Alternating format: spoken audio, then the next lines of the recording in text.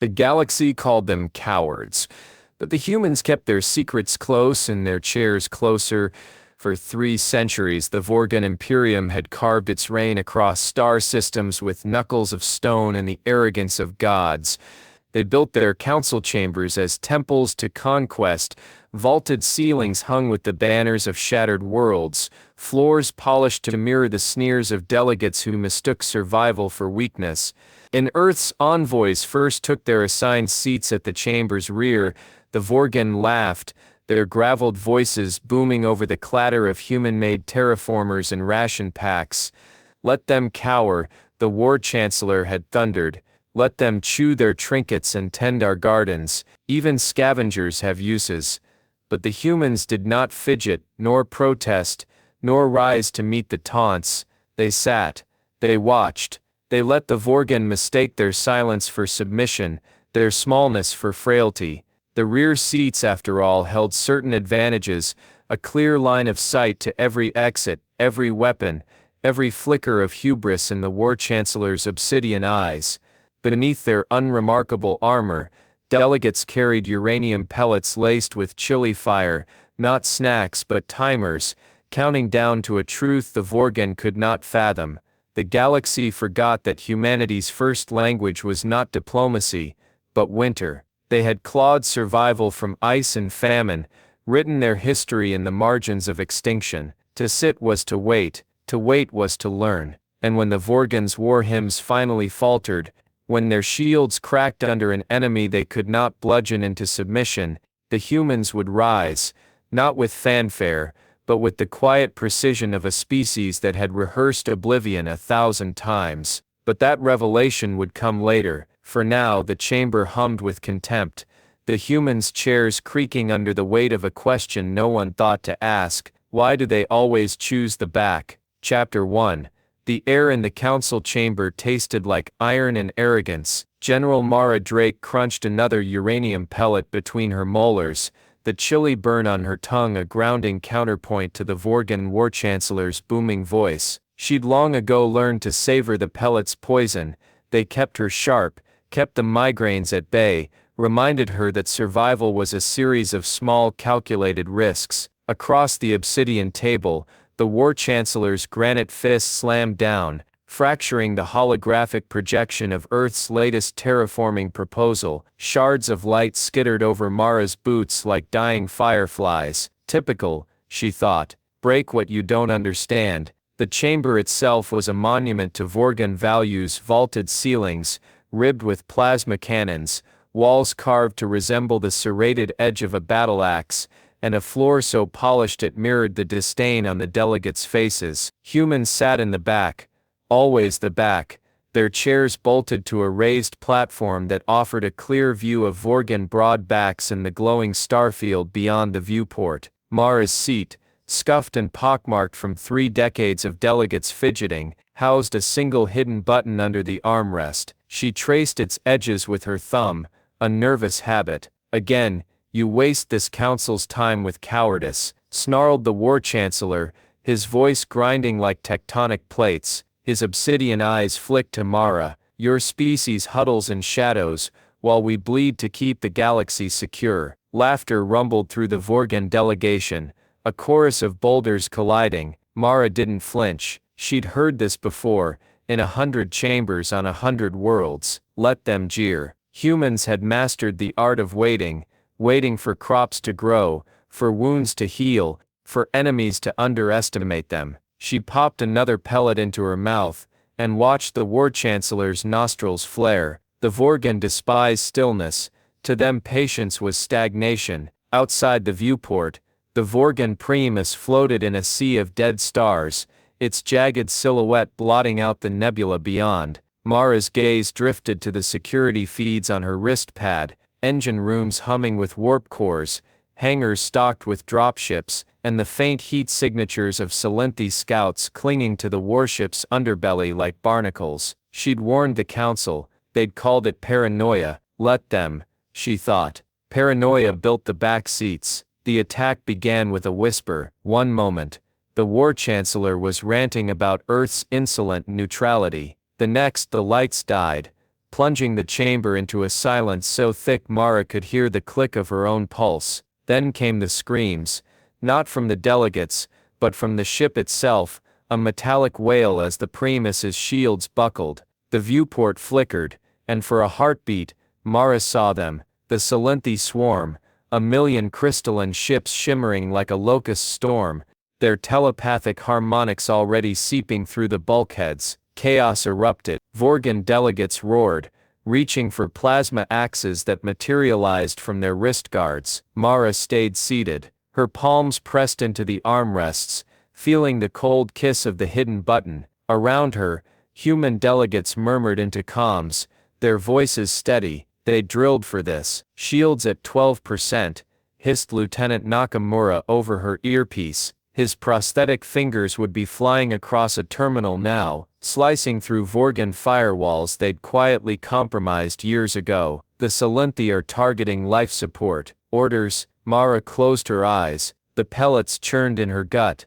Hot and alive. She saw her husband's face, not as he'd been in life, warm and laughing over a petri dish, but as he'd looked in the morgue frozen, his skull cracked open by a Vorgon peacekeeping bullet. They'll never respect us, he'd once said, but they'll need us. Activate WASP, she said. The button clicked. Beneath the chamber, in the labyrinth of maintenance shafts humans had retrofitted during late-night sanitation inspections, a swarm stirred. Mara imagined them unfolding, sleek, insectoid drones with neural crawler talons, their AI cores humming with a singular directive: adapt, infiltrate, survive. The Vorgon had never questioned why humans volunteered to repair their ships, a fatal oversight. The first drone streaked into the chamber, a black blur that latched onto the War Chancellor's axe. He bellowed, swinging at the machine, but it was already inside the weapons systems, rewriting code with the ruthless efficiency of a species that had survived ice ages and nuclear winters. Across the fleet, targeting sensors flickered. A Salinthi warship veered wildly, its own plasma cannons turning inward. Mara stood. The delegates stared.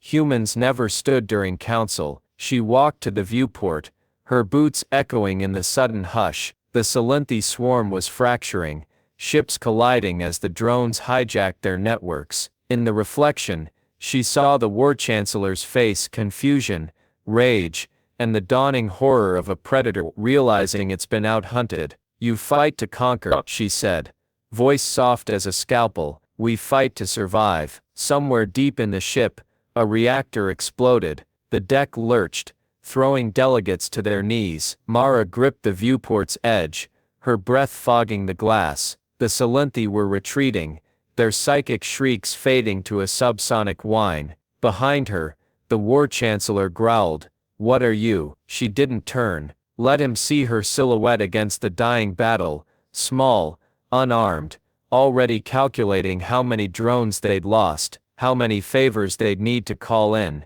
how long until the next threat. The contingency, she said. Later, in the smoke-choked aftermath, Mara retreated to the human quarters, a cramped network of rooms tucked behind the engine vents, vibrating with the warship's primal growl. The walls were lined with hydroponic ferns, and faded photos of Earth, not the postcard-perfect vistas the Vorgon mocked, but real places: a child's grave in Jakarta, a scorched forest in Alberta, her husband's lab coat hanging on a hook he'd never fill. Nakamura met her at the airlock, his prosthetic hand still sparking from overclocking the drones. "Growl's waiting," he said. "Says he wants answers." Mara nodded. Commander Growl, young for a Vorgon, his stone skin still smooth, had lost a brother to the Salinthi. She'd seen the way he'd watched her during the attack, not with fury, but hunger, a predator learning a new tactic. She slid a pellet between her lips.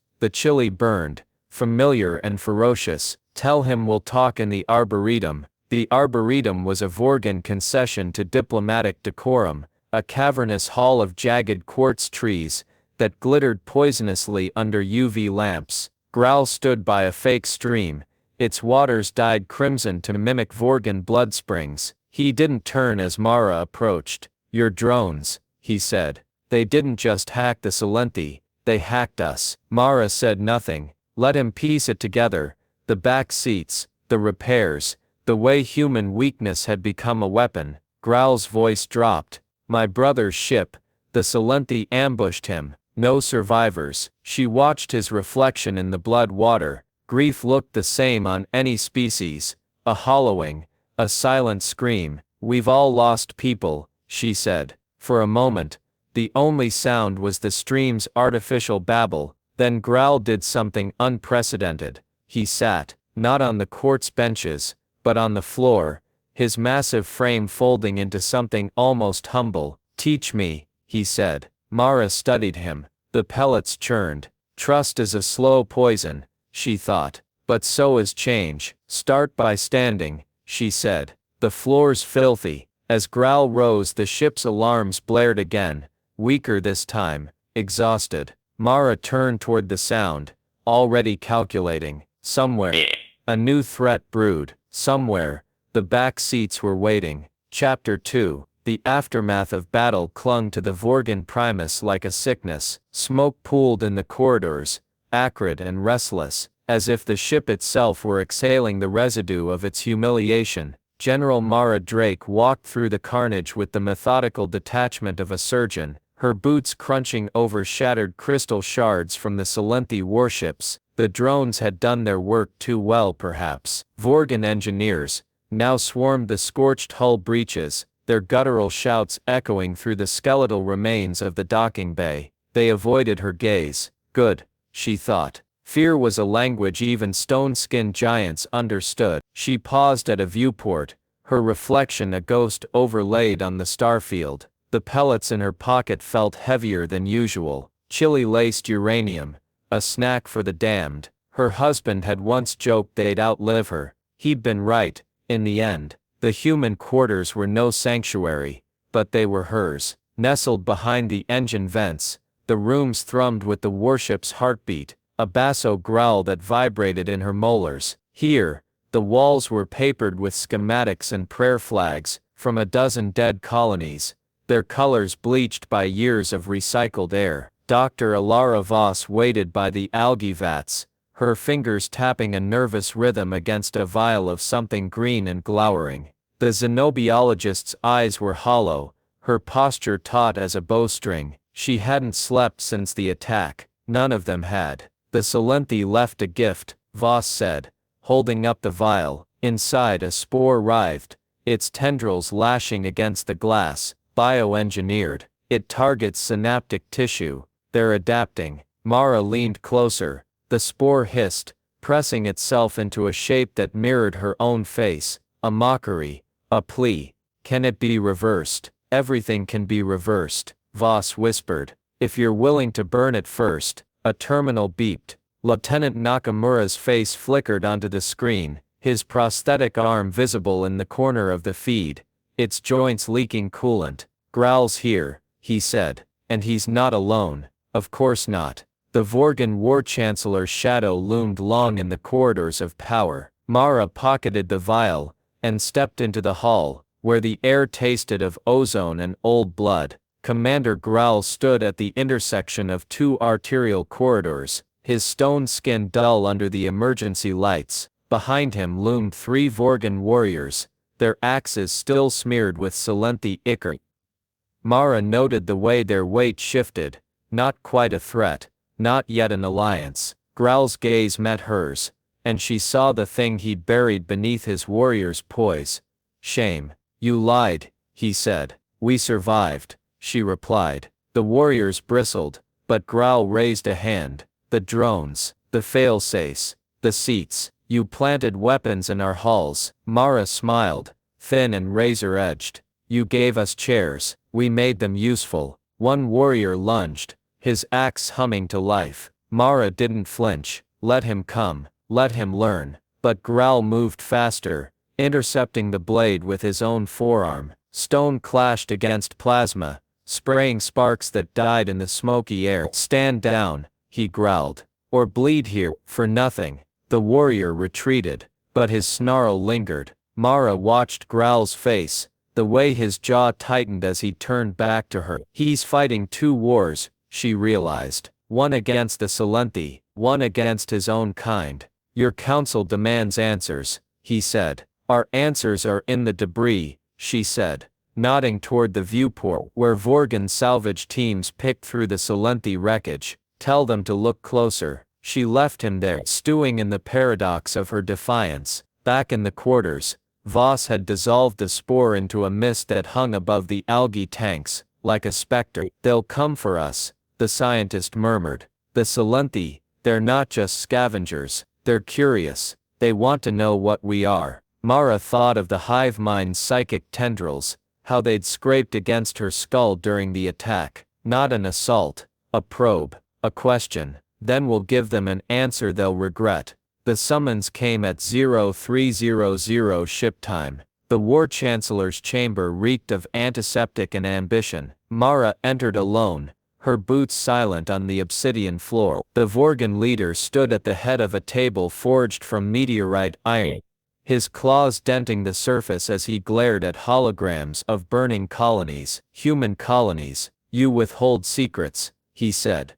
Dispensing with ritual, you withhold trust, she countered. He snarled, slamming a fist into the table. Your contingencies insult our strength. Mara leaned forward, her shadow stretching across the holograms of ash and ruin. Your strength failed, ours didn't. She tapped the table, summoning a new image. Earth's last resort protocols, a labyrinth of codes and kill switches. Sit in the back long enough, and you see everything. The War Chancellor's nostrils flared. For a heartbeat, she thought he might strike her. Then the alarms blared. The Salenthi struck the Vorgon colony on Griffin 9, with the precision of a scalpel. By the time the Primus reached orbit, the planet's northern hemisphere was a graveyard of melted cities. Mara watched the carnage from the bridge, her fingers curled around a uranium pellet. The colony's defense grid, a Vorgon masterpiece of brute force artillery, lay in ruins, its generators pulsing a death rattle. They're herding survivors into the geothermal plants, Nakamura said, his voice tight, using them as shields. Mara closed her eyes. She could almost hear the screams through the static, the desperate prayers of those who still believed the galaxy owed them mercy. Can we jam their... Not without triggering a feedback loop. The entire grid's rigged to blow. Voss appeared at her side, clutching a datapad. Her hands trembled. The spores they're in the air processors. If they reach critical mass, how long? 12 hours, maybe less. Mara turned to Growl, who stood apart from his kin, his axe strapped to his back in defiance of protocol. Your people down there, can they fight? They are children, he said, the word jagged in his throat. Warriors are deployed on the front lines. These are remnants. Remnants. The term hung in the air, bitter and familiar. Mara thought of the human colonies that had become footnotes in Vorgon conquests, the way remnants were left to rot or rise. She pressed the uranium pellet into her palm until it drew blood. We're going in, she said. Yo. The dropship shuddered as it pierced Griffin 9's atmosphere, its hull screaming under the strain. Mara sat between Growl and Nakamura, her knees jammed against a crate of EMP charges. Voss had stayed behind to monitor the spores, her face a silent scream on the comms feed. Outside, the sky burned orange, streaked with Salenthi skirmishers that darted like wasps. The geothermal plant is here, Nakamura said, projecting a map onto the bulkhead. Survivors are clustered in the core chamber. Salenthi are. The ship lurched. An explosion ripped through the starboard engine, sending them spiraling. Mara gripped the overhead straps, her bones rattling as the pilot swore in 3 languages. They crash-landed in a sulfur field, the impact throwing her into Growl's chest. His stone skin cracked against her temple. You're bleeding, he said. I've had worse, she lied. They crawled from the wreckage into a world of ash and whisper. The geothermal plant loomed in the distance, its smokestacks belching black plumes that stank of rotting synapses. Salenthi scouts circled overhead, their telepathic static buzzing in Mara's teeth. She signaled the team forward. The tunnels beneath the plant were a gutted maze, the walls slick with bioluminescent algae that pulsed in time to the survivors' heart. Mara led them through the darkness, her hand trailing along the stone. Every few meters, they passed bodies, Vorgon younglings, their skulls hollowed out by spores. Graal paused beside one, his massive hand hovering over the child's face. They were not warriors, he said. No, Mara said, but they were yours. They found the survivors in the core chamber, huddled beneath a crumbling arch. 100 Vorgon civilians, their rocky hides chipped and scorched, turned as one toward Graal. A female clutching an infant stepped forward, her voice a raw scrape. You came. Graal froze. Mara saw the tremor in his hands, the way his axe suddenly seemed too heavy. This is not his war, she realized. This is his penance. The Salenthi struck before he could answer.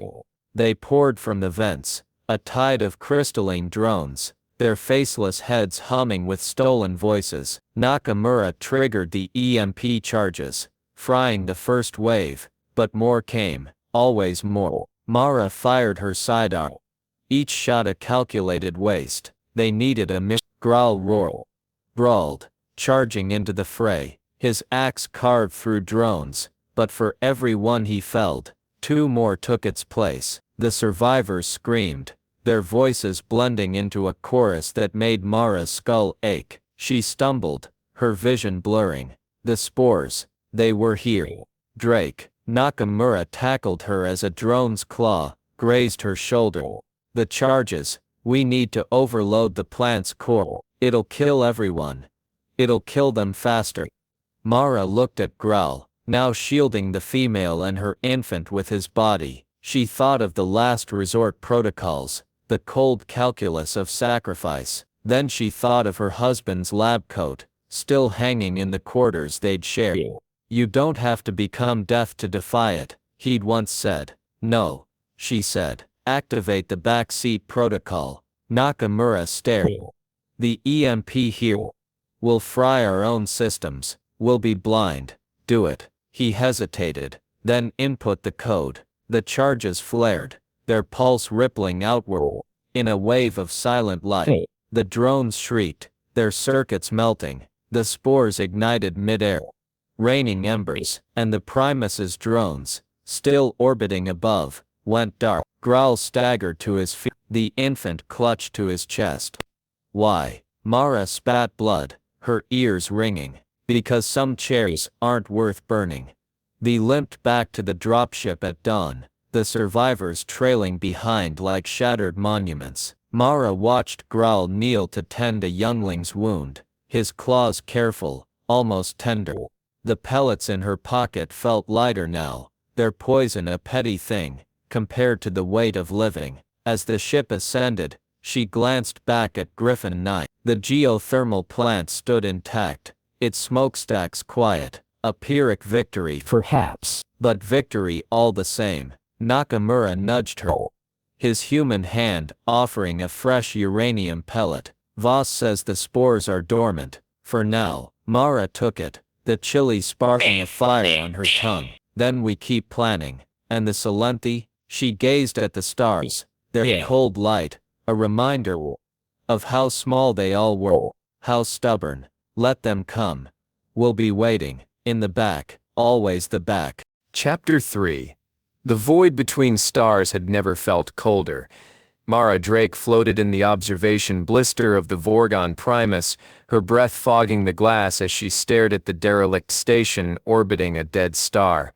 Its skeletal frame jutted from the darkness like a broken ribcage, overgrown with crystalline tendrils that pulsed faintly, a grotesque mimicry of life. The Salenthi hive-mind nested there, its psychic resonance bleeding through the ship's sensors like a song only the damned could hear. She pressed a uranium pellet to her tongue, savoring the burn. One last dance, she thought. For him, her husband's research station, or what remained of it. They'd found the coordinates buried in his old files, decrypted by Nakamura's relentless coding. The station had been a haven once, a place where human and Silenti scientists had tried to broker peace long before the Vorgon labeled them a threat. Now it was a tomb, its halls choked with the hive-mind's biotech, its air thick with spores that carried the whispers of the assimilated. Mara's fingers brushed the vial in her pocket, the one labeled Final Dawn, a terraforming virus, keyed to annihilate non-Earth DNA. A last resort. A genocide. The door hissed open. Grawl entered, his stone skin gouged from the skirmish on Griffin 9, his movements slower, heavier. He carried his brother's axe now, its haft wrapped in blood-stained cloth. "Your drones are ready," he said. "And the Vorgon fleet." Mara didn't turn. "Your war chancellor agreed." He agreed to observe. Grawl's voice tightened. "He believes you'll fail. And you?" He joined her at the viewport, his reflection a mountain beside her shadow. "I believe failure is a language you unlearned." The station's tendrils twitched, sensing their presence. Mara's earpiece crackled. Nakamura, already deep in the ship's systems. Shields at 68%. Silenti harmonics spiking. "They know we're here." "Good," Mara murmured. "Let them look." The drop pod streaked toward the station, a needle threading through Silenti patrols. Mara sat between Grawl and Nakamura, her knees jammed against a crate of EMP grenades. The pod's interior reeked of ionized sweat, and the sharp, metallic tang of fear. Grawl's axe lay across his lap, its edge notched from Griffin 9. He hadn't spoken since boarding. "He's afraid," Mara realized. Not of death, Vorgon revered it, but of failure, of becoming another name in the lament chants. The pod shuddered, its thrusters firing to avoid a swarm of crystalline drones. Nakamura's prosthetic hand flew across a holopad, rerouting power. "They're hurting us, like on Griffin 9. Mara leaned back, the pellets heat pooling in her chest. "Let them." The impact knocked her skull against the bulkhead. For a heartbeat, she was back in her husband's lab, watching him adjust the microscope, his laugh warm as he described the Silenti's neural networks. "They're not monsters, Mara. They're lonely." Then the memory shattered, replaced by the pod's alarm shrieking as they breached the station's hull. Darkness. Then the hiss of depressurization. The station's interior was a cathedral of decay. Fleshy bioluminescent growths coated the walls, their veins throbbing with stolen memories. Silenti spores drifted like snow, each flake a jagged shard of consciousness. Mara's boots sank into the organic floor, the sensation akin to walking on a tongue. Grawl gagged, his hand clapped over his mouth. "The air. It burns." "Don't breathe deep," Mara said. Though the warning was futile, the spores were already in them, threading through their lungs, their blood. She felt the hive-mind's presence, a pressure behind her eyes, probing, hungry. Nakamura activated a scanner, its blue light slicing through the gloom. "The core's 3 levels down, and we've got company." Figures emerged from the shadows, Silenti drones, their crystalline bodies studded with the faces of the assimilated. Human, Vorgon, a child from Griffin 9. Their mouths moved in unison, voices overlapping. "Why resist? We only want to remember.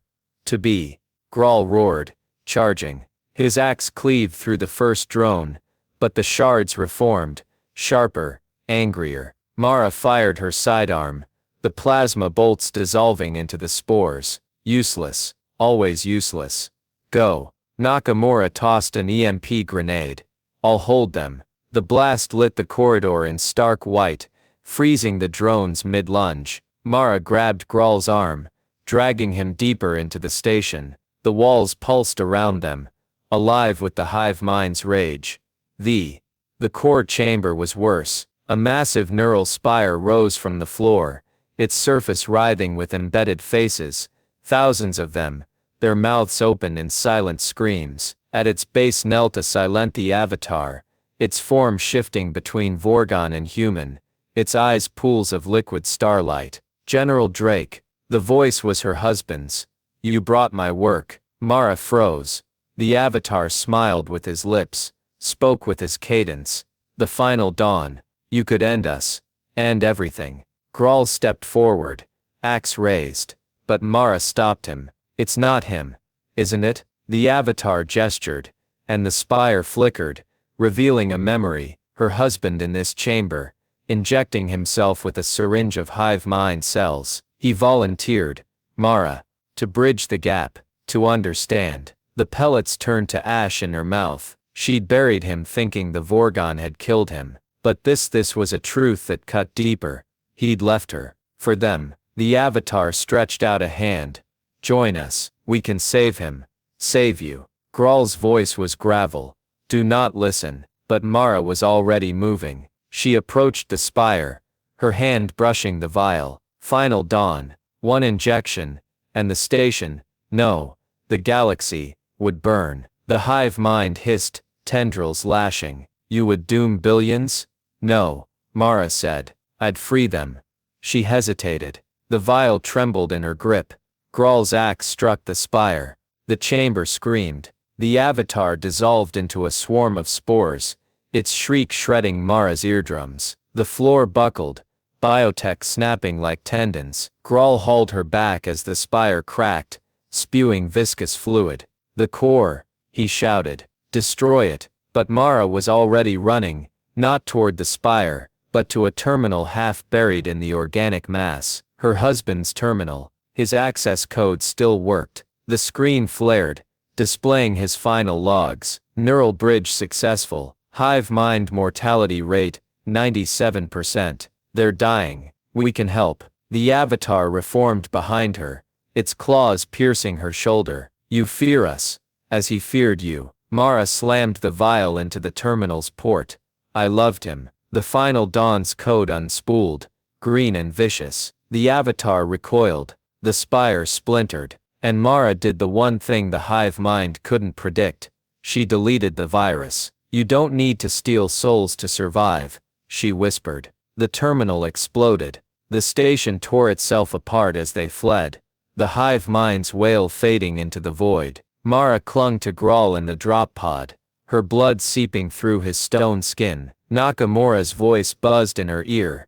Distant. The Silenthi fleet. They're retreating. The hive mind is fractured. Grawl stared at her, his gaze unreadable. Why? She touched the terminal's data chip, salvaged from the wreckage. Her husband's last gift. Because mercy isn't weakness. The pod docked with the Primus. Voss met them in the hangar, her hands fluttering over Mara's wounds. The spores, they're inert. The hive mind's gone dormant. Mara nodded, her vision blurring. Not dormant.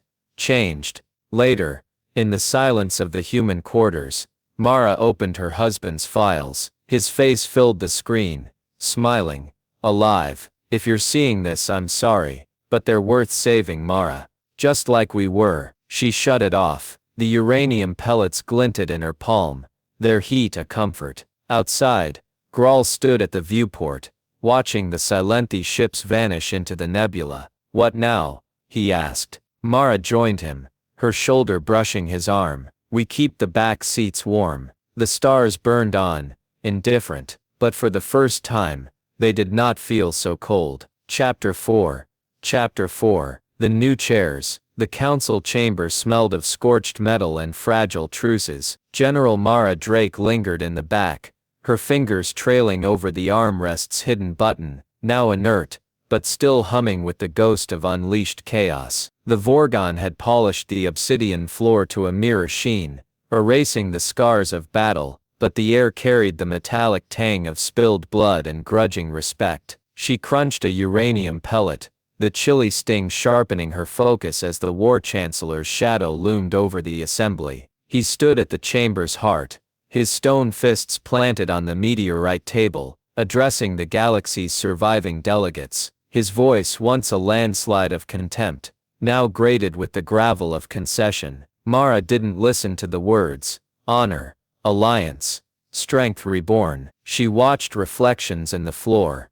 Vorgon warriors shifting uneasily, human delegates with their hands clasped like monks, Silenthy envoys reduced to holographic flickers. The hive-mind's absence was a hollow note in the symphony of recovery. They fear silence now, she thought. They fear what fills it. Her boots echoed as she slipped into the corridor, the weight of her sidearm a familiar anchor. The Vorgon Primus had been repaired with human-engineered alloys, the seams nearly invisible. Nearly. She paused at a viewport, her reflection fractured by stars. The nebula where the Silenthy had retreated shimmered like a wound, its colors bruising the black. Somewhere in that haze, the hive-mind licked its wounds, its song reduced to a murmur. She wondered if it remembered her husband's face. The human quarters were unchanged, cluttered, lived in, a nest of frayed wires and hydroponic herbs. Lieutenant Nakamura knelt by a gutted drone,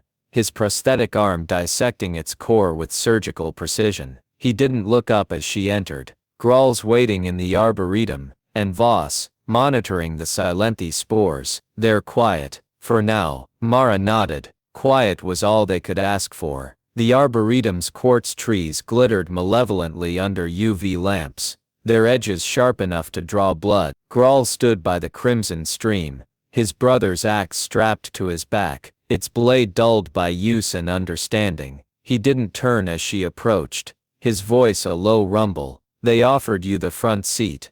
I saw, you refused. She crouched, dipping her fingers into the dyed water. It stained her skin the color of old violence. Front seats have blind spots. Gral's laugh was a seismic shift, tectonic and rare. You humans, you collect shadows like trophies, and you Vorgon polish your pride, until it blinds you. She stood wiping her hand on her thigh. Your war chancellor's speech, it mentioned unity, it mentioned tolerance. He spat the word like a curse, a bitter draught from my kin. Mara studied him, the new cracks in his stone skin, the way his claws curled around the axe haft, not in anger, but in kinship.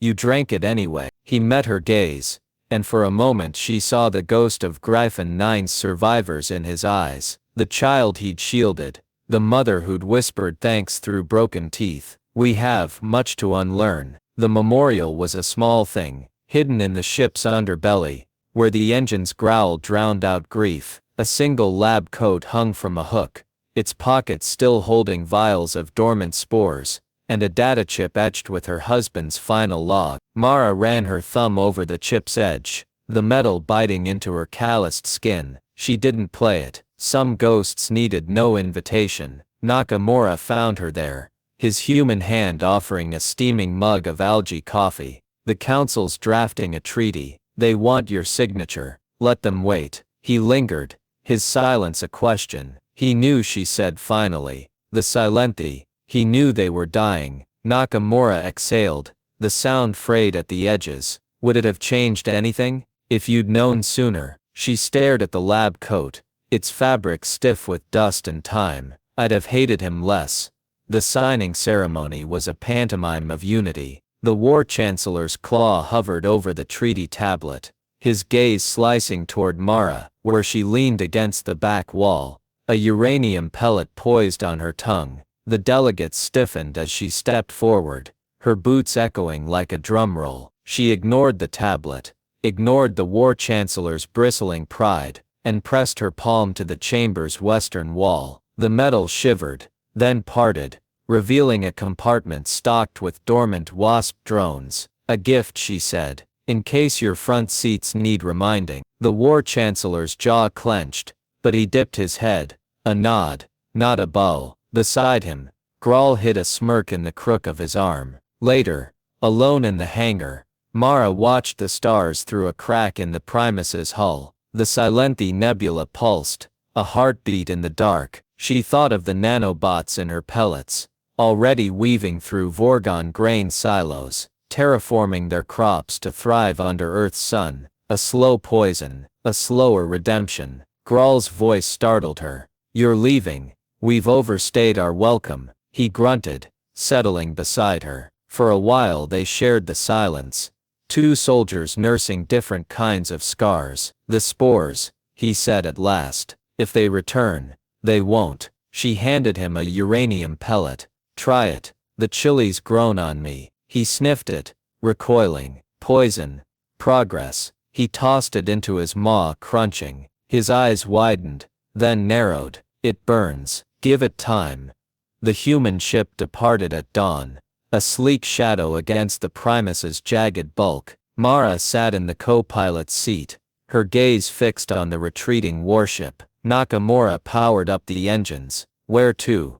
The next back seat. As the stars blurred into streaks, she opened her husband's data chip. His voice filled the cockpit, warm and impossibly alive. They're worth saving, Mara, just like we were. She shut it off. Outside, the galaxy stretched endless and unyielding, its secrets waiting in the quiet corners, the unlit voids, the spaces between. We'll be watching, she thought, and for the first time in decades, she smiled. Epilogue. The Vorgon mess hall buzzed with the clatter of stone cutlery. Grawl stared at his meal, a steaming tuber, its flesh golden and unfamiliar. He bit into it, the flavor bursting across his tongue, earthy, sweet, laced with a heat that lingered. Across the table, a young warrior gagged. What is this? Grawl crunched deeper, hiding his grin. Progress. On the human ship, Nakamura frowned at a sensor readout.